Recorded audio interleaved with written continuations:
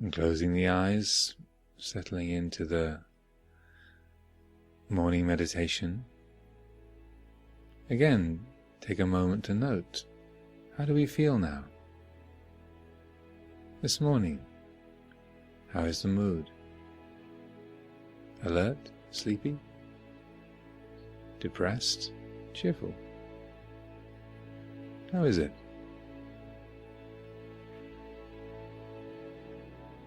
How's the body this time of the day?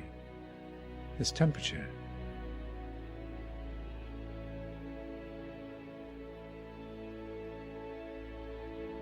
Feel light, heavy, comfortable, uncomfortable? How is it? So we develop the habit of taking a look, exploring, simple mindful attention to how the body is being held, what the mood is like, what's the attitude the mind is holding towards this moment.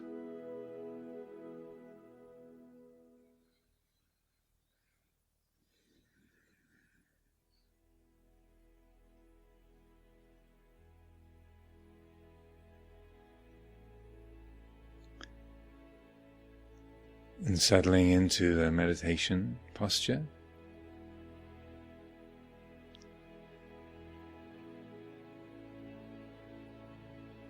Consciously directing the attention inward.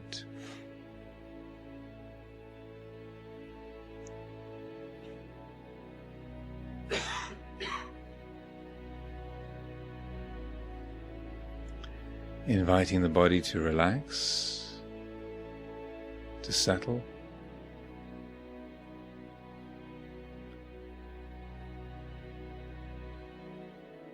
And feeling the presence of the spine.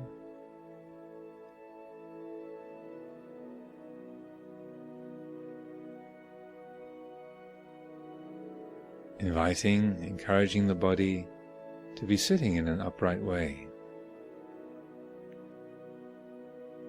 Spine naturally stretching, growing to its full, comfortable extension. Not rigid and tense, but comfortably alert, energized.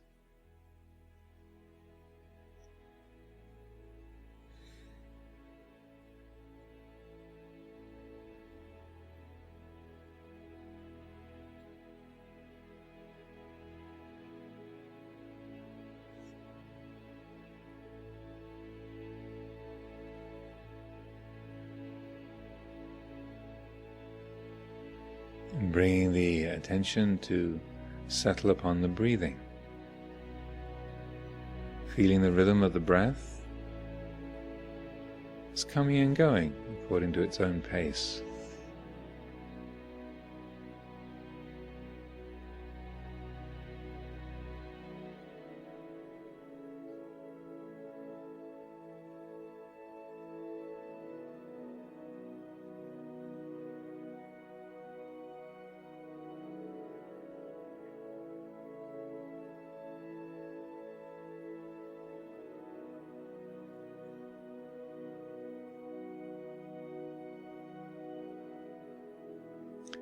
As we set the intention to bring the mind to this present reality, to focus upon the body, the rhythm of the breath, this present moment. It's also important, along with that, to clearly and consciously set the intention to learn from whatever occurs during the day, during this whole retreat.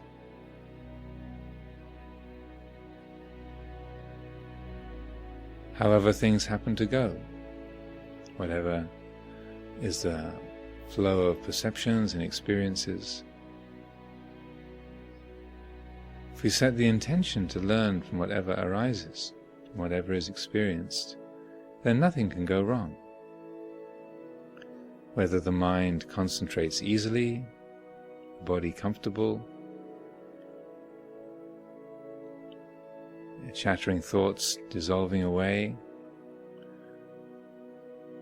the mind clear, awake, focused.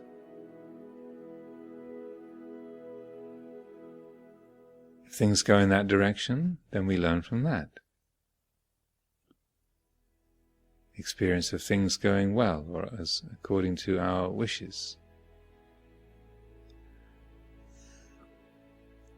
But if they go in another direction, the mind filled with chattering thoughts, the body uncomfortable, aching, restless, waves of agitated emotions, painful memories, one after another, then we learn from that. That's what we learn from. Whether it's liked or disliked, wanted or unwanted, expected or unexpected. Everything will teach us if we let it. If we're wise, the painful and unliked, difficult experiences will teach us just as much, if not more, than the wished for and likable, beautiful experiences.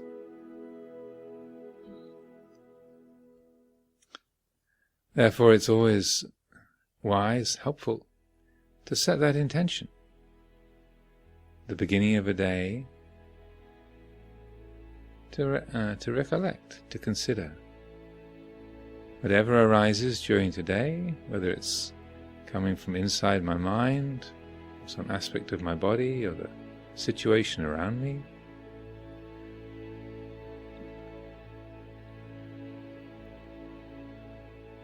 my first intention be to learn from that.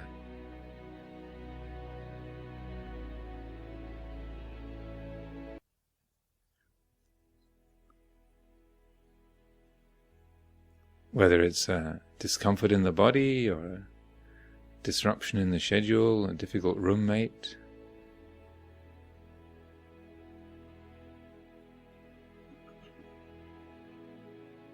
struggling with the weather, or with knee pain,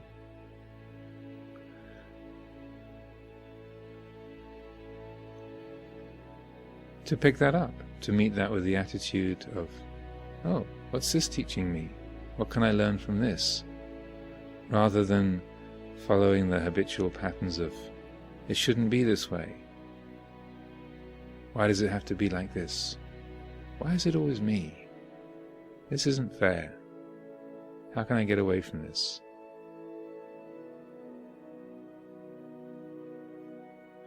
These are natural, ordinary, instinctive reactions. They're natural enough, but they don't liberate. Similarly, when things go well, the mind clear and bright, the body comfortable, at ease, the heart filled with friendliness and compassion for all beings, rather than just taking that for granted and getting drunk on it, to consider, oh, this is the wished for, this is the delightful. This is the experience of things going well, quote unquote. What does this teach me? What do I learn from this?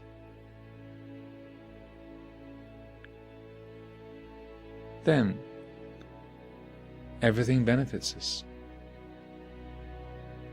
The beautiful, the difficult, and the neutral. That which is the large area in the middle, either particularly painful or particularly challenging. Everything teaches us.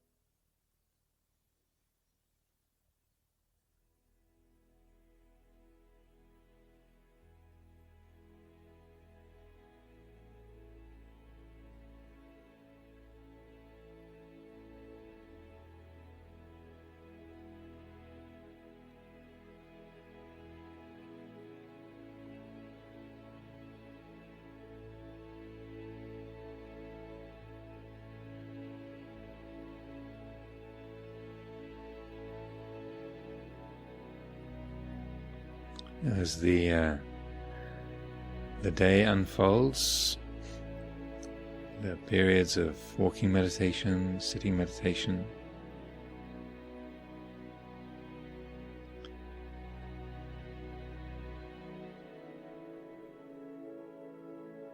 again, I'd like to encourage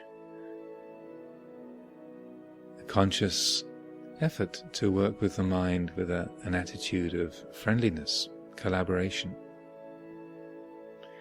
When there is the experience of the mind being busy, a sense of struggling and meeting an avalanche of random thoughts, squads of undisciplined emotions, to not make the mind, not to make our thoughts, our feelings, our body, to not make it an enemy or something that we are fighting against, but rather to be working with, to have an attitude of collaboration.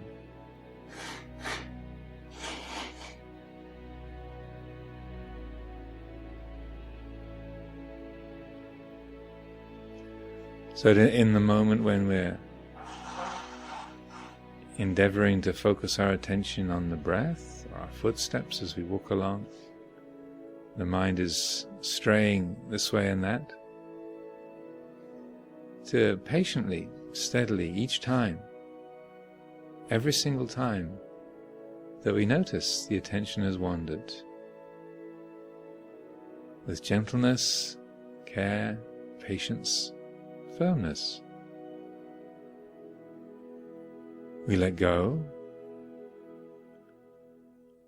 and bring the attention back to the present.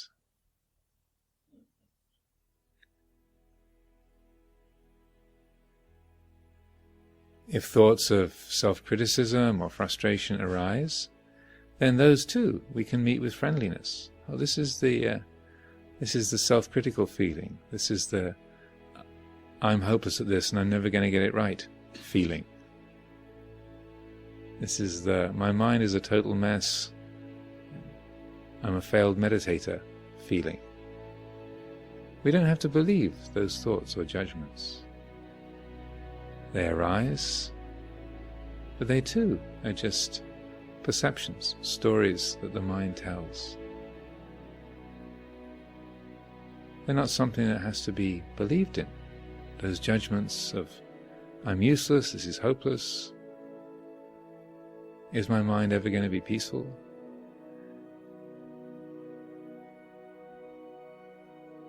We don't have to believe those judgments. They're just random pictures, patterns of perception that arise. They come, they go, they change. It's like the sound of a passing aeroplane. It swings into our field of perception, does its thing, and then fades away.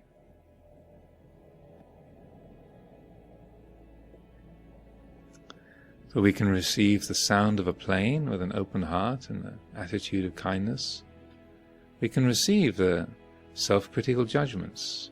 I'm hopeless, I'm never going to get free of this, my mind is a mess. It's like hearing the sound of a plane. You hear the sound, it arises, takes its shape, it dissolves. The sound of the nuns community chanting in the next hall.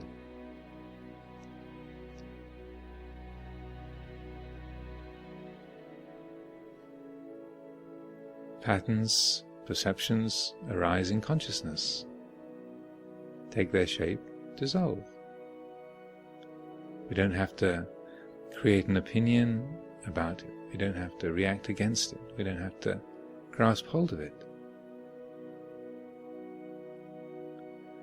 We receive them, know them with an open heart, and let them go. Just like the body breathes in oxygen, absorbs it into the blood, and breathes out carbon dioxide, So we breathe in the fabric, the content of each moment. Breathe it in, know it, let it go. And that knowing, that clear conscious awareness, that vicca, just like oxygen is the life source for the body, that awareness, that knowing is the life source for the heart.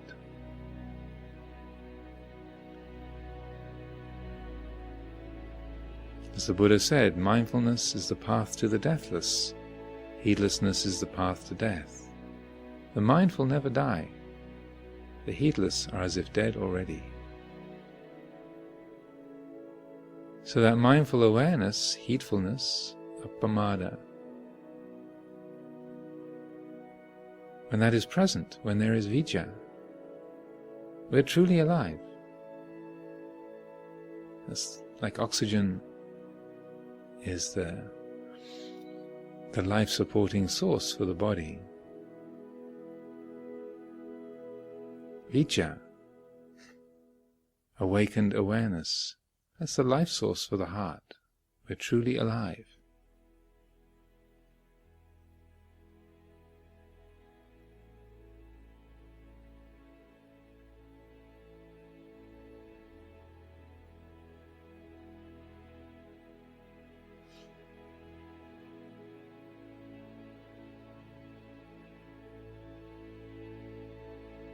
So through today,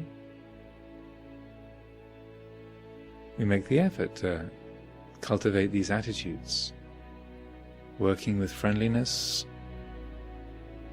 collaborative, open-hearted attitude towards the body, towards the mind, our personality, our situation. Setting the intention to learn from everything.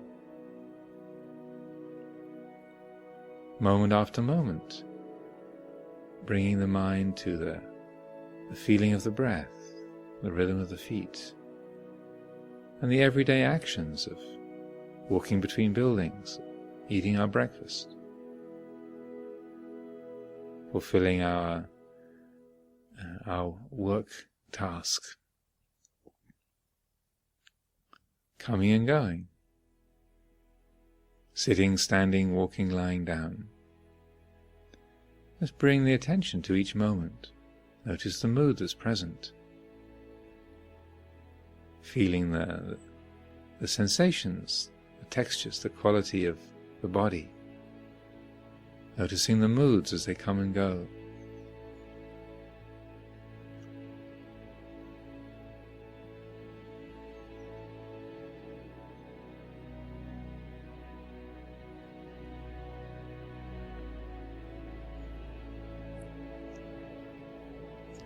So we keep it very simple, keep our effort and our intentions very simple and direct in this way, paying particular attention, making a particular effort to notice feeling, the feeling of liking, the feeling of disliking.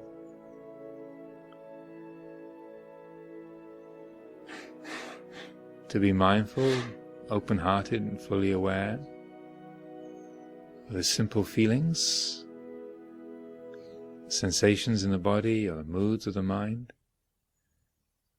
and to notice when I like transforms into I want, or I don't like to I don't want, I can't stand, can't bear it.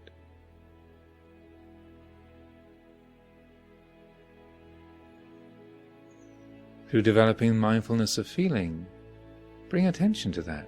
See the times when we climb on the train. And also when we see that taking hold, that climbing on the train experience, grabbing hold of what we like, grabbing hold of what we dislike. When that's seen, when that's known, to make the effort to get off the train, feeling that surge of wanting, hating, feeling that surge, knowing it, to make the choice to let go, to relinquish that craving, that wanting, that hating. And in that relinquishment, notice how it feels, getting back onto the platform again, when that craving is let go of. How does it feel?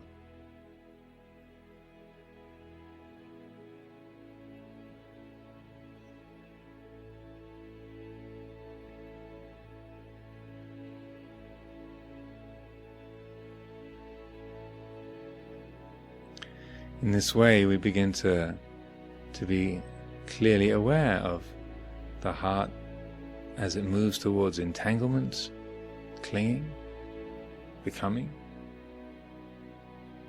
We become alert to the tension, stress, the dissonant,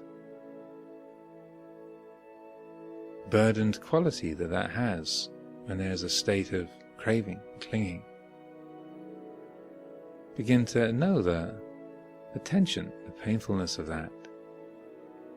And then when there has been a letting go, when the mind drops that particular object, is relinquished, released, let go of that craving, that hatred, when we're back on the platform, notice how that feels. Quality of peacefulness, brightness, purity, simplicity that's here when the heart is free of that clinging. Notice that distinction and let that speak for itself. Let that be the source of our motivation. You see and know directly. The heart free from clinging, from craving, is like this. Beautiful, bright, still, peaceful. And the heart entangled, caught up.